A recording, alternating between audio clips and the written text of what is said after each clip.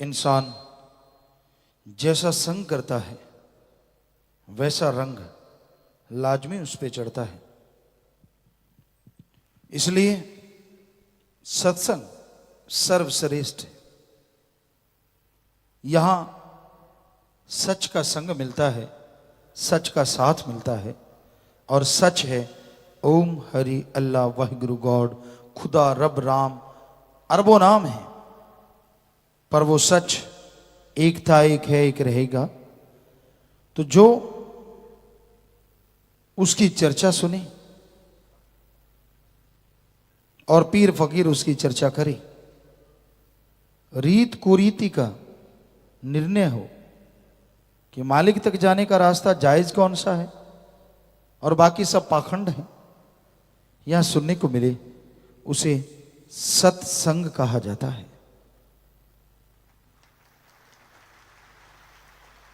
फूलों के पास बैठने से खुशबू आने लगती है, कोयले की खान में जाने से काले से बचा नहीं जा सकता। नमक की खान में जो जाता है नमक में हो जाता है। और काग को जितना मर्जी सफेद रंग पोत दो, कूड़े करकट के ढेर पे चोंच मारेगा, हंस नहीं बन सकता। और कितना भी गंदी शराब बदबूदार पानी गंगा जी में डाल दो तो गंगा जल कहलाएगा,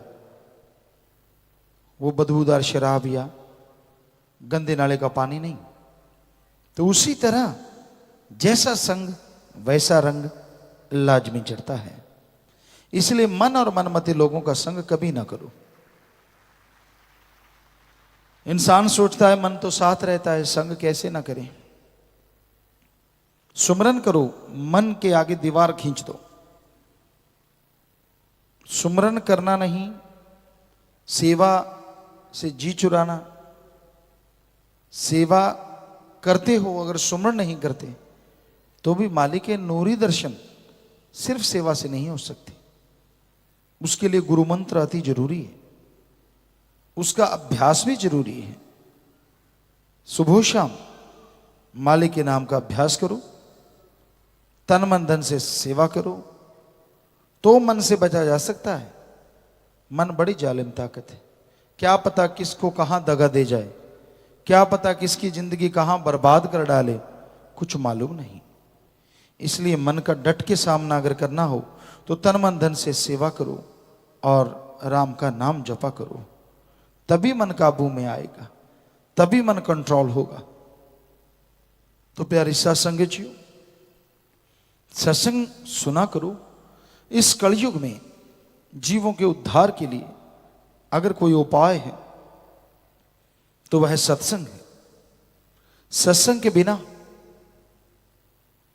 जीते जी गम दुख दर्द चिंताओं से, मरणोपरांत आवागमन से मोक्ष मुक्ति नहीं मिलती।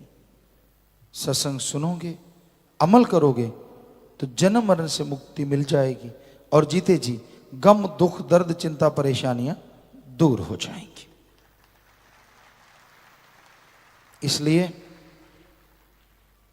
अपने अंदर अपने बाहर की निगाह करो, जो आप में कमियां हैं उनको दूर कर डालो।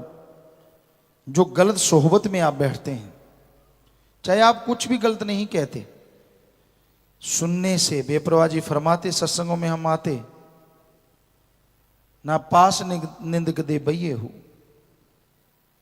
और ये भी कहते परछाई न पड़ने पाए मनमते लोगों की। क्योंकि मन के कहीं जो चलते हैं वो किसी भी क्षेत्र में कभी कामयाब नहीं होते। बुराई में धंस जाते हैं तो सजा पाते रहते हैं, अच्छाई मन करने नहीं देता। तो इसलिए मन और मनमते लोगों का सोहबत संग करना छोड़ दीजिए। सुमरन किया करो, सेवा करो, ताकि आपके अपने विचार काबू में रहें। इंसान को अपने में कभी दोष नजर नहीं आता। संत कहते हैं कि आप अपने अंदर ही देखो, दूसरों को दोष मत दो।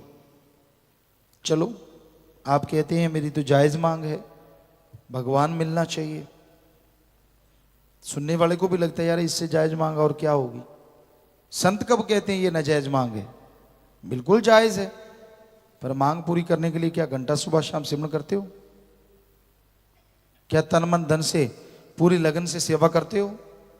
क्या व्यवहार के सच्चे हो? क्या वचनों पे अमल कमाते हो? इतना कुछ करते हो तो लगे रहो, भगवान जरूर दर्शन देंगे, हम आपको गारंटी देते हैं। आखा मोड़ना नहीं तो डक्का तोड़ना नहीं, पंजाबी च कहावत है। खुद कुछ नहीं करना, भगवान क्यों नहीं मिलता, काज क्यों नहीं सवारता, खुशियां क्यों नहीं देता। तू क्या करता है भाई? क्या सुमन करता है? अगर नहीं करता तो क्यों नहीं करता? नूरी स्वरूप के दर्शन करने हो, 10वां द्वार अगर खोलना हो तो आपको तन मन धन से सेवा करनी होगी, सुमरन करना होगा, तो अंदर चढ़ाई होगी और मालिक के नूरी स्वरूप के दर्शन कर पाएंगे। अन्यथा आप उसकी नूरी स्वरूप के तेज को, उस धार को झेल नहीं पाएंगे। तो इसलिए अपने आप को उसके काबिल बनाने के लिए सेवा करो, सुमरन करो और मालिक से मालिक को मांगते रहो। यकीनन एक दिन खुशियां आपके कदम जरूर चूमेंगी। यकीन का कोई लेवल नहीं है कितना होना चाहिए। जरा सी बीमारी आई, मुंह मोटा, घर में थोड़ी परेशानी, मरोड़ चढ़ गई पूंछ को, उनके कर्म ना करें बुरे कर्म। क्या पता जिंदगी में कितने बुरे कर्म किए, करें सुमरन, करें सेवा, कर्म कट जाएंगे। सेवा के दरमियान कोई गलतियां करते हैं, बच्चे नहीं मानते तो खुशियां सारी चली जाती हैं। बाल बच्चे सोचते हैं यार ये कैसे है, हम भक्ति करते हैं, वो भक्ति करते हैं, सेवा करते हैं, वो खुशियां तो नहीं है। ये साईं मस्ताना जी महाराज के वचन हैं, परम पिताजी के वचन हैं। हमसे भी वो करवाते रहते हैं कि सच्चे सौदे का मुरीद वचनों में पक्का हो, थोड़ा सुमरन सेवा करता हो, दृढ़ विश्वासी हो, उसे ना अंदर कमी रहे ना बाहर कमी रहे। इतना दृढ़ यकीन होना चाहिए। पारे की तरह ऊपर नीचे होते रहते हो, फिर कहां से खुशियां और कहां से मालिक का रहमो करम मिलेगा। सो दृढ़ यकीन रखना पड़ेगा। सतगुरु 100 कौतुक खिलाता है अल्लाह राम अपने पीर फकीरों से, तरह तरह के भेष। जैसे कबीर जी ने शराब पी, एक तरफ रविदास जी हो गए, एक तरफ वैश्या हो गई, तो उनके कंधों पे हाथ रख लिए शरेआम बाजार में। वो शराब नहीं थी, वैसे तो वो जूस था, पानी था जिसमें चीनी घोली हुई थी, रंग था, लेकिन भागे बहुत सारे यार ये गुरु देखो। लेकिन जो दृढ़ यकीन वाले थे वो टस से मस नहीं हुए कि वाकई हमारा गुरु तो हमारा ही है, क्योंकि वो कौतुक करता है। इस कलयुग में तो बहुत कम, पर फिर भी कई बार कौतुक होते हैं ऐसे आदमी के। तो अच्छा यार मेरी जची नहीं बात, तेरे नहीं जची, तेरे मन के नहीं जची, जो तुझे सतगुरु के यकीन नहीं करने दे रहा, जो तुझे दृढ़ विश्वास नहीं बनने दे रहा, जो तुझे मालिक से दूर करना चाहता है। जचने को बता, तेरा दिमाग क्या ज्यादा ही बड़ा आ गया, पीर फकीर के दिमाग ही नहीं।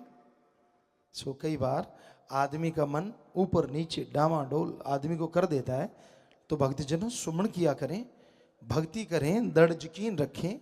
जब भी विचार ऐसे आए, शाम को सुमन करो, प्रार्थना कर लो। उन विचारों का फल थोड़ी देर में किए गए सिमरन से खत्म हो जाता है, कोई पाप नहीं लगता आपको। बस उन विचारों पे चलो ना, विचार अंदर आ गए, गलत आ गए, उनके ऊपर चलो ना। किसी भक्त को कोई विचार आ जाते हैं, सपने में आ गए, सोते सोते आ गए, कुछ ऐसा वैसा नजर आ गया, तो वो आपके कर्म कट रहे हैं। हकीकत में वैसा नहीं होता, होना होता है, लेकिन वो सपने में या जागते जागते सपने जैसे काम में वो कट जाते हैं, पर होता नहीं वो फ्यूचर में। होना होता है, इसमें कोई दो राय नहीं। लेकिन आपकी सेवा, मालिक की रहमत, सदगुरु की कृपा ऐसी होती है कि वो आपके कर्म कट जाते हैं। कोई खुशी की बात सपने में या आपको सोते जागते अवस्था में ऐसी नज़ारा आता है, तो मालिक ने वो आपका कर्म अच्छा बनाना होता है कि समझ लीजिए आने वाले समय में आपका कर्म अच्छा बन गया। अगर कोई भयानक सपना आया, भयानक ऐसा आपके साथ हो रहा है, तो वो 100% आपका कर्म सपने में ही कट जाता है। धन धन सतगुरु तेरा ही आशा। सभी साथ संगत जी से निवेदन है कि मेरा चैनल जरूर सब्सक्राइब करें जी। धन धन सतगुरु तेरा ही आसरा।